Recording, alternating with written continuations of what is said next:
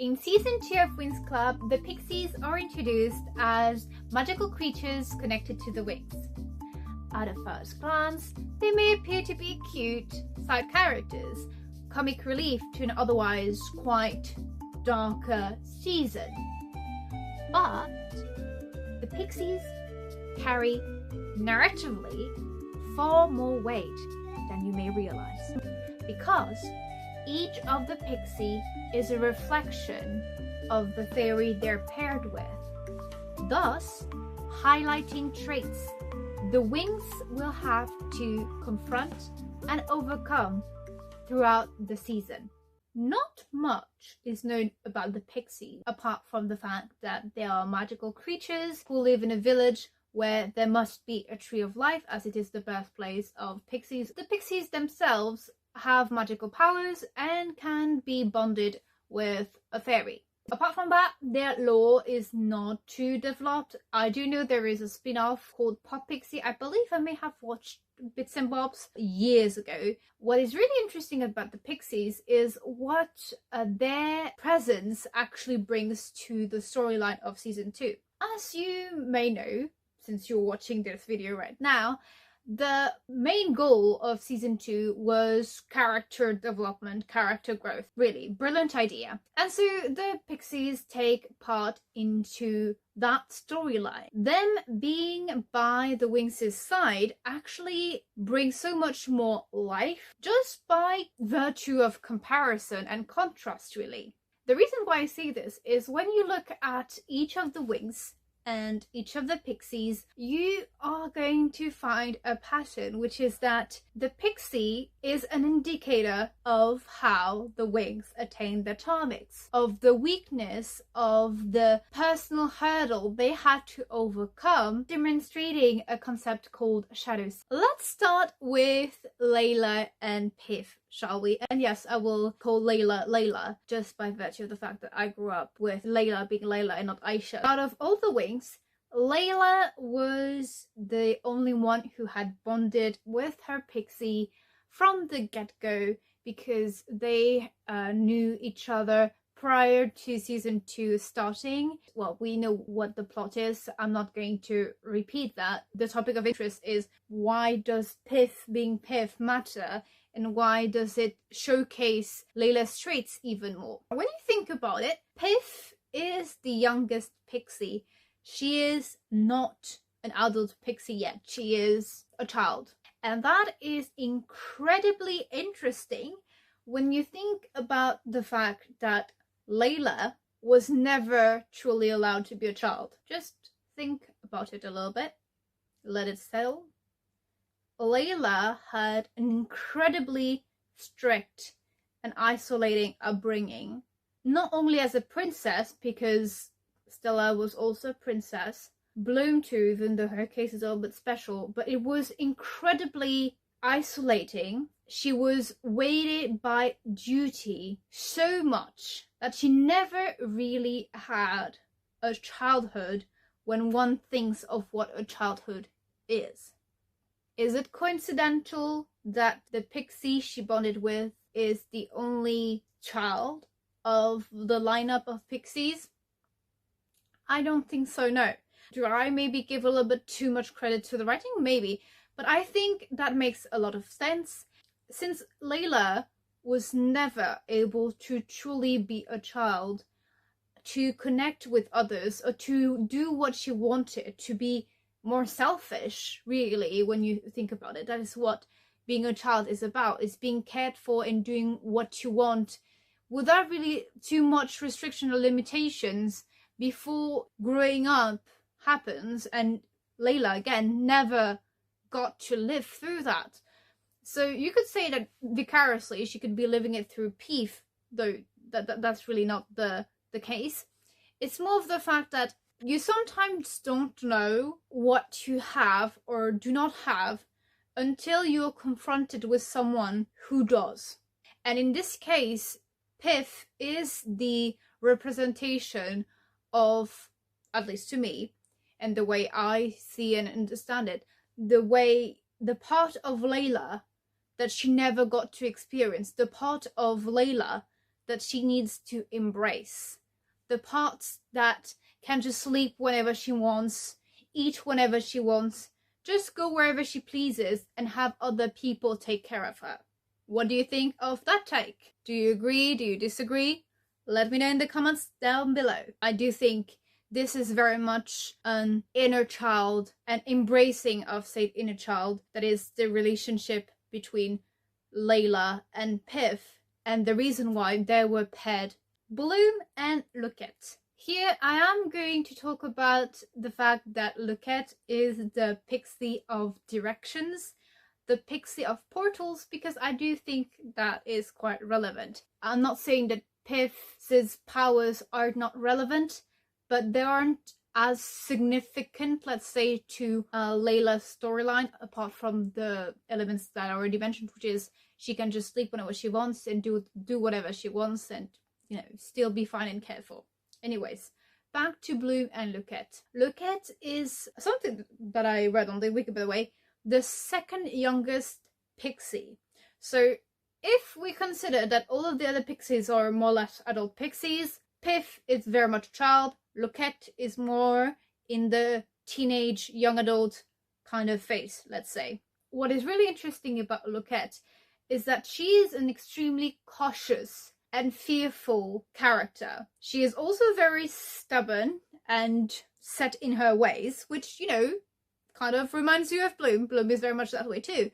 But Lockette is very open about her doubts, her fears, and is very much more open to accepting help and more likely to seek help, which Bloom is not at all. We saw it in season 1 and we saw it again in this season, and it was basically the whole storyline for Bloom to get her Charmix, by the way. She is distrustful of others, whether it be her friends or Sky or whomever else, and thinks that only she can do what needs to be done, puts insane pressure on herself to accomplish things that do not have the business of being a single person's responsibility. I don't know why I just showed this finger instead of this one. Anyways, regardless, acquiring her Charmix was her admitting to herself that she did not trust other people to help her, which she ended up accomplishing after her Charmix. But you see where I'm going here with the Pixies are very much an indicator of the story of the Winx they are paired with. Now, if we add onto all of that the fact that Bloom is also very confused. Well, she does have a little bit more direction, but she's still very confused about who she is, about her past, what she should be doing, and she speaks about it quite often. And Lockette is the fairy of directions and portals.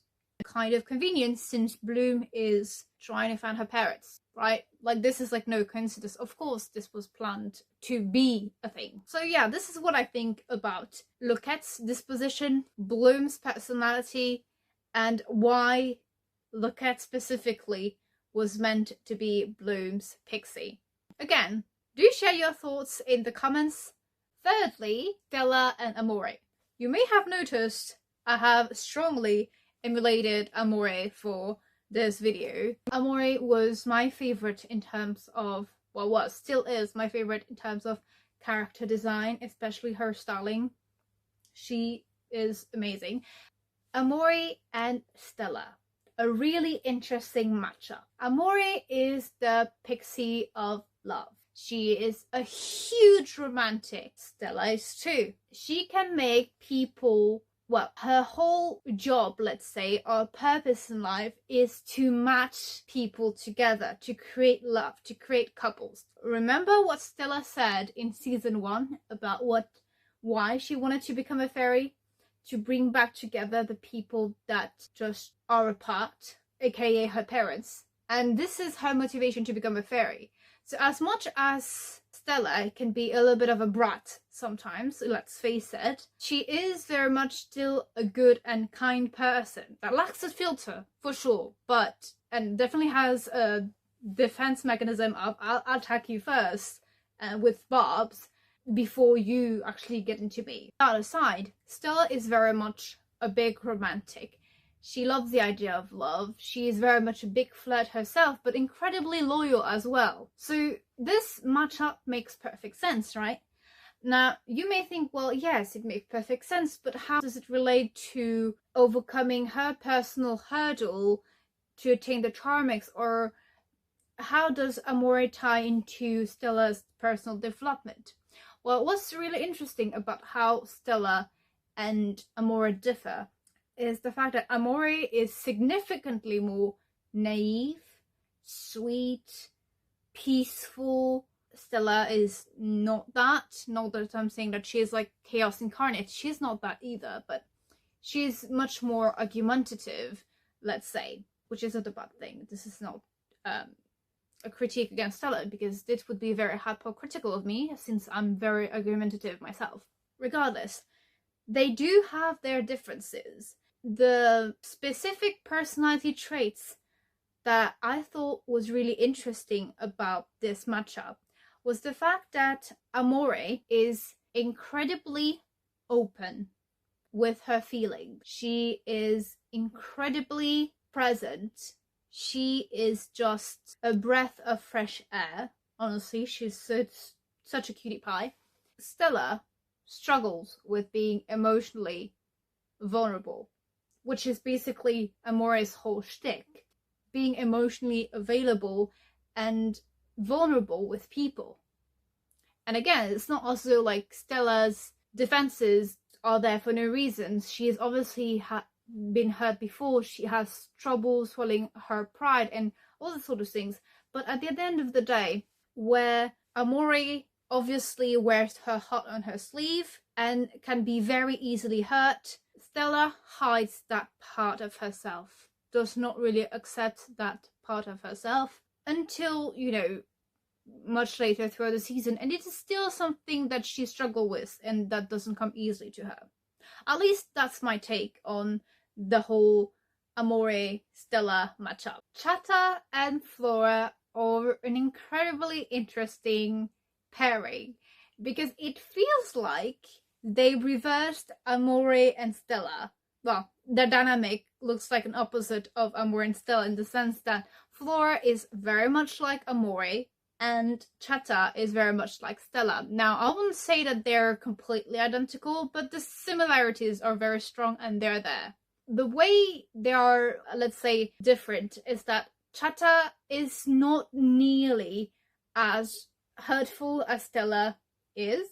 Not that she couldn't be, but she does have a much better handle on herself than Stella does. Flora, while a romantic, isn't nearly as naive as Amore is, or even peaceful, even though, again, Flora is a very peaceful character, but she does have a little bit of spice to her, even though it's very rare for it to come out. Now, the reason why I think these two made a lot of sense together was that Flora's entire character arc in season 2 was be more bold, be more assertive, be more direct about what you want, who you are. In this case, in season 2, the guy that she is flirting with and has a humongous crush on, right? Chatta not only is the fairy of gossip and chatter, but she's incredibly bold, vivacious, and assertive, which is what Flora lacks. And I would say that out of all of the Pixies, she has a very much more proactive role into Flora's direct transformation into becoming a better person. Her character arc was becoming more confident, so becoming more confident and emulating a little bit more of what Chatta incarnates. I think that was a pretty much obvious, not matchup per se, but a very obvious link to make, and I think it's probably the one that probably as kids is the easiest to see and understand. Not that the other Pixies are not, you know, also partaking into the Winx's character development, but this one was a bit more, you know, in your face. Sorry for the jump scare if I jump scared anyone. Now that we're coming up to Tune and Musa, You may think that this pairing was like, what? How do they make sense? How did they fit together? What's really interesting about these two in particular is that they are the ones that I think are one of the pairings that is more strikingly opposites. Like, you can see that their personalities are not similar at all. They do have similar interests, though there aren't many overlaps. But the one overlap they do have is music, which is quite consequent since Musa is the fairy of music, of course. Now, in all other cases, whether it be personalities or hobbies, they differ completely. Their way of speaking, of being, of dressing, everything is different. And usually that would be like quite difficult, but I think it is really interesting because Tune is the very representation of what Musa is not. And I'm not saying about the fact that Tune is ladylike, Musa is more of a tomboy. I'm not speaking about that, though. This is also clearly, something that you can see. But what is so interesting is that out of all the things she could be the pixie of, Tune is the pixie of etiquette, good manners. Are we saying that Musa is like a complete salad? No, that's not what we're saying. Tune can really, really blow a fuse. But she's incredibly, incredibly patient. Her capacity to communicate honestly without being hurtful what bothers her, and her capacity to engage with people that annoy her is out of this world. Now, I think maybe, if we're being honest, Amore probably is also of the same vein, but that's not exactly for the same reason. She's more of like a pacifist and non-confrontational, whereas Tune is very much confrontational. And guess who isn't as forthcoming when it comes to communication, talking honestly about one's feelings, about what we want, what we don't? Because, one thing in Winx Club that happens very frequently is Stella and Musa butting heads. Yes, a lot of the times Stella instigates it. She needles Musa. That's quite frequent. But I will say one thing too. Musa is incredibly bad at actually sharing with people, and not just Stella. I'm including all of the other Winx and Ribbon into this whole package of people, what her boundaries are, what she likes, doesn't like. And then she blows a fuse because she has a very short temper and assumes the worst out of everybody. She does have some reason to think the worst. It makes sense with her backstory. It makes sense with the things that happened to her in season 1. But even though there is a basis to it, it doesn't mean that that is something that one should accept for oneself. You can overcome this part of yourself because it is you. Tune represents this more honest, controlled way of processing emotions. Because again, Musa is not the greatest at doing that either. And then communicating with people without biting their head off. Now, this is going to be a spoiler for those who haven't watched beyond season 2, but unfortunately, this issue has not been sorted, even in later seasons. And it's just coming back every time, every single season, about Musa. At this point, I think it's just because they wanted to have drama come from somewhere. If all of the characters go through their self-development journey, become the best self they can be, improve themselves so much, then where is the drama? Now, our last pairing is honestly the strangest, because at first glance it appears like, well, Tecna is not really learning anything from Digit and vice versa, because they're basically the same person. And they're the only Winx and Pixie that are so incredibly similar that it appears there is no growth or actual conflicts or anything that is happening, because they just are so alike. And yes, that is a fair point. I do think they could have contrasted them a little bit more. I would say that Digit is slightly more emotionally aware than Tecna is, though she's no emotional pixie either. She's very much more a logical person, much like Tecna. But When you think about it, Tecna's flaw is that she is far too left brain. She is far too logical, she's far too sensible about things, and she's not very good at being emotional or even assessing her emotions.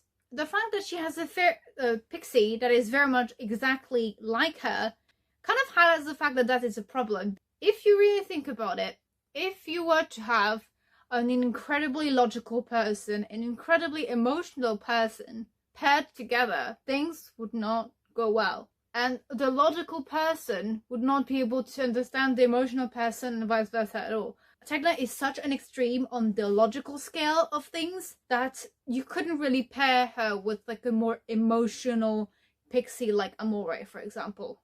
Or even any of the other pixies, if we're being honest. Again, when you look at Tecna's storylines throughout season 2, well, there are some things that I have an issue with, and I think are not exactly in character for her. Namely, her holding things over Timmy for absolutely no reason whatsoever, and insisting on him having to be a hero in her mind. Which was when I was like, what? Like, you're expecting Timmy, who has no magical power whatsoever, to fight back against the tricks when you yourself couldn't do anything about it, and you're gonna hold it against him, even though a lot of people together, group effort, tried to stop the tricks and couldn't, and now single-handedly Timmy is going to solve everything. Like, this made absolutely no sense. I know what they wanted to do with Tecna's character arc, and it was honestly a good idea, but the way they went about it was a little bit funky. Regardless, Digit being as logical and unemotional as Tecna was actually a pretty good way of showing that, oh yeah, that is actually the issue here. Tecna, since she is so less problem-solve minded, let's say, if she had a pixie that was leaning more on the emotional side, granted they were able to get along with each other, which is not guaranteed, would have probably solved that issue so that issue would have overcome this weakness far too quickly in the season. Do tell me in the comments down below what you think about that. And if you have any other, explanation for this, I would love to hear it. So, I spoke earlier about the concept of shadow self, which is a term that was coined by Carl Jung. Shadow self is basically all of the characteristics, the traits, the desires, the impulsive, the weaknesses that we have that we do not like or enjoy about ourselves, that we cannot accept, that subconsciously we repress. And just because it's repressed doesn't mean that it's not there, which means that it's going to come out in unexpected ways. For example, Stella attacking first before she gets hurt is very much an evidence of her repressing inner conflicts, inner vulnerability about herself. With all that I said about the Winx, all the traits that were highlighted by the pixie being in season 2 were actually aspects of the Winx's shadow selves. So my question is now this: how aware are you of your shadow self? Because the point to having a shadow self, you have one whether you like it or not, right? There are parts that we don't necessarily like about ourselves, that we're gonna hide, we're trying to suppress, that are gonna pop out at unexpected moments, and usually inconvenient ones. And the whole thing is, you can't really suppress parts of yourself, even the non-likable ones. You need to learn to accept them at some point. This is what we call merging the shadow. What essentially the Charmix was in Winx Club. That was merging of the shadow. So, are you aware of your shadow? Have you started merging it? Please share in the comment down below. I'm going to give you a little bit of a personal example of what I just spoke about, and also a way of identifying your shadow, because it can be quite difficult to spot your shadows in something that you're subconsciously repressing about yourself, right? If you would just know about it, it sounds a little bit too easy. Some people do, but we usually don't fully know the depth of the shadow until we confronted it with it in real life. It could manifest at not realizing that one has a very difficult time showing their best self or performing at their best because of internalized guilt about being competitive. And when I say one, I mean me. I am really competitive.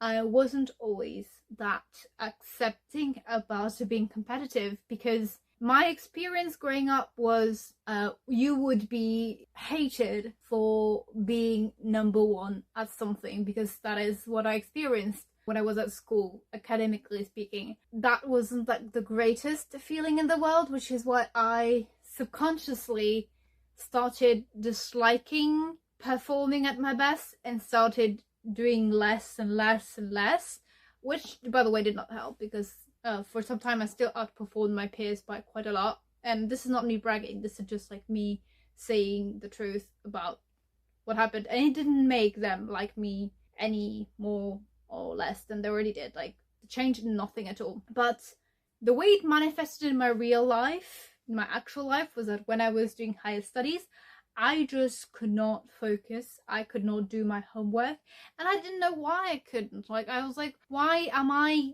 like, I signed up for this. Why can't I get invested? Why can't I do more, do better? I know I'm capable of doing better, and I'm just doing fine and okay. I'm surviving by, well, I'm just surviving by the skin of my, I can't remember what the saying is, but you know what I mean. And I felt incredibly guilty about it, because I knew classmates who really worked hard and put a lot of effort in, and I would get better grades than they did. That happened throughout my entire schooling, but also in university, and it was incredibly uncomfortable, and I felt incredibly guilty about it. But I didn't really make the connection about I am swallowing myself, I'm making myself smaller and smaller because I am bringing discomfort to others, until, believe it or not, I was watching Kuroko no Basuke.